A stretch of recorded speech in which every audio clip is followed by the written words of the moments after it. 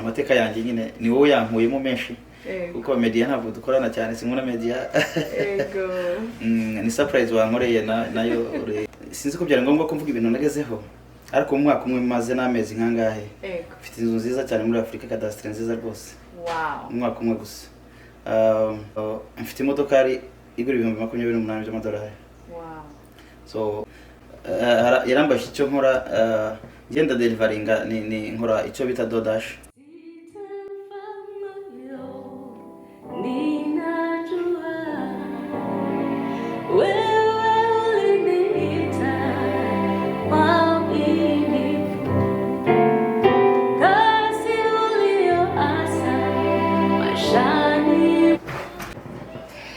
Hello, turongeye kugaruka kandi kuri Empower One TV. Turi kumwe n'umukozi w'Imana nagiriwe ubuntu cyane budasanzwe bwo guhura n'umuntu w'umustar abantu benshi bazi cyane yitwa Bigizi Gentil. Muramuzi aririmba indirimbo nyinshi ziri kuri YouTube channel yiwe, muzogende mu murabe kandi mu following, mugire subscribe, like, share na comment. Ubu rero mwashobora kutubwira mbega mumaze kuba i Kigali ahantu mwari mucumbitse hari hehe? Murakoze cyane. Maze kugera i Kigali nabaye kwa umuvugizi wa USM Ministries, arancumbikira yampaye annex, bamfashe neza cyane. Ariko icyo gihe natekereje kujya Nairobi kubera ko nabonaga nanone nshaka gukura umuryango wanjye mu buzima bubi ko njyewe nari sauvé hari i Kigali nta kibazo nari mfite, ariko nifuzaga gukura mama nawe tuvukana hariya nkaza no mu bihugu byo hanze. So noneho nahise njya Nairobi nagezeyo n'ubundi ntangira umurimo wa USM ishami Nairobi, bicara nabo twari tubasanze n'abari baragiyeyo.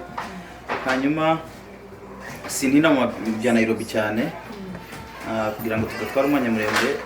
Noneho icyo gihe nahise nakoreye ahantu hitwa Ruiru ni mu Banyakenya cyane, ariko naho kuhajya hari umugabo ni inshuti yanjye twari duturanye n'ubundi ku Kibuye yari Nairobi witwa Gatabazi Alexi, ahura n'umuntu muri salon de coiffure yarogoshaga. Noneho amusaba umuntu wacuranga gitari solo niba ro yaba afite umukongomani, so arampamagara turagenda turabonana. Ariko mbere gatoya hari umuntu wadusanze mu rugo aho nari ncumbitse Nairobi, aravuga ngo muri mwe hari abantu bagiye gusoroma ku mbuto. Urumva donc hariya ubundi nta kazi impunzi zagiraga hariya mu mujyi uretse wenda ko byaje kubaho nyuma. Bari bake bafite akazi, abogosha byagiye biza nyine, ariko igihe cyacu byari bike cyane. Twumvaga bigoye kandi kuba mu mujyi nta kintu mufite kibafasha byari bigoye. Nari maze gutekereza ndetse kugaruka mu Rwanda. Noneho araduhanurira, hari n'ibindi yari yambwiye ndibuze kugeraho gatoya. Amaze kumpanurira kuduhanurira twari nka batanu, njyewe nahise nikuramo numvaga bidashoboka, nta kintu nakora. Hariya nta kintu ntaho wajya gusaba akazi ngo bikunde. Ariko nsubiye inyuma yigeze ari umunsi naririmbaga mu rusengero rw'Abanyakenya, yari arimo uwo mugabo ubatuye mu Bwongereza. Ndi kuririmba yandika udupapuro twinshi, urabona udutije hari udupapuro bakunda komeka nko mu Bibiliya gutya, muratubona turi anyandikiraho ibintu byinshi. Anyandikira utwandiko twinshi, utwo twandiko amaze kutwandika nari natuvuze. None haratuma ndazusoma nubika muri Bibiliya. Nahise ngenda rero njya gucuranga iyo gitari solo nababwiraga mu Banyakenya. Mpageze ndakora gusa nari nzi ko ngiye gucuranga gitari gusa. Noneho Abanyakenya rero bagira n'abakozi hameze nk'ina hanze ntibajya batoranya akazi. So iyo akubwiye ko aguhaye gukora ku rusengero ntabwo ari kugira ngo ucurange byonyine.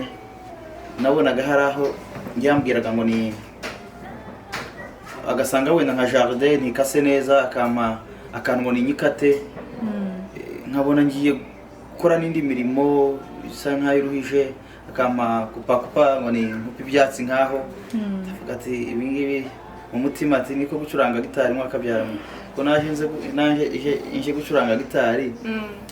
Donc yakiyongeramo n'indi mirimo nyine igoye y'amaboko.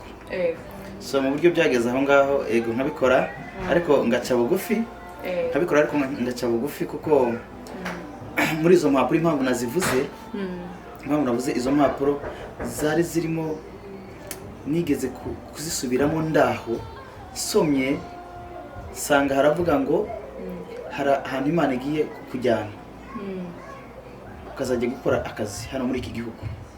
Za mbuto nababwiye wa munsi wundi yampanuriraga ndasoma ngo aho hantu niho uzasigirwa amavuta. Imirimo uzabona isa nkaho ikugoye uzayikore utitotomba,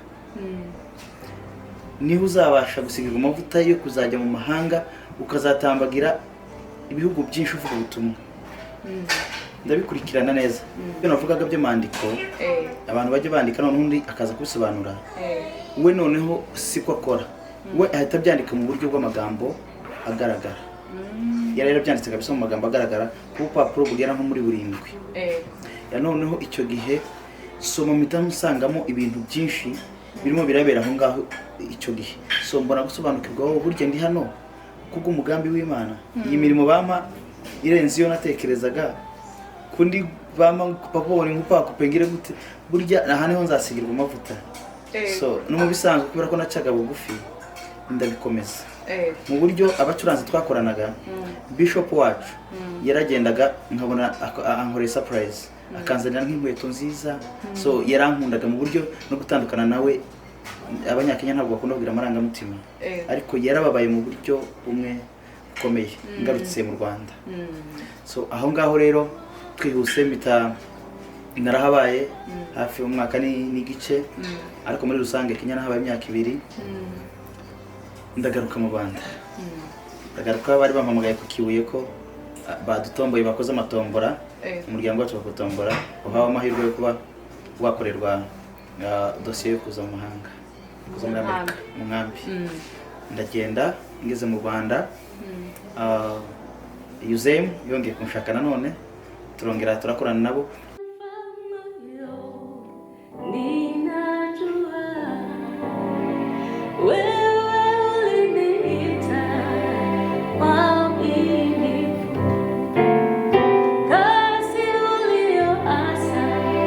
Shine.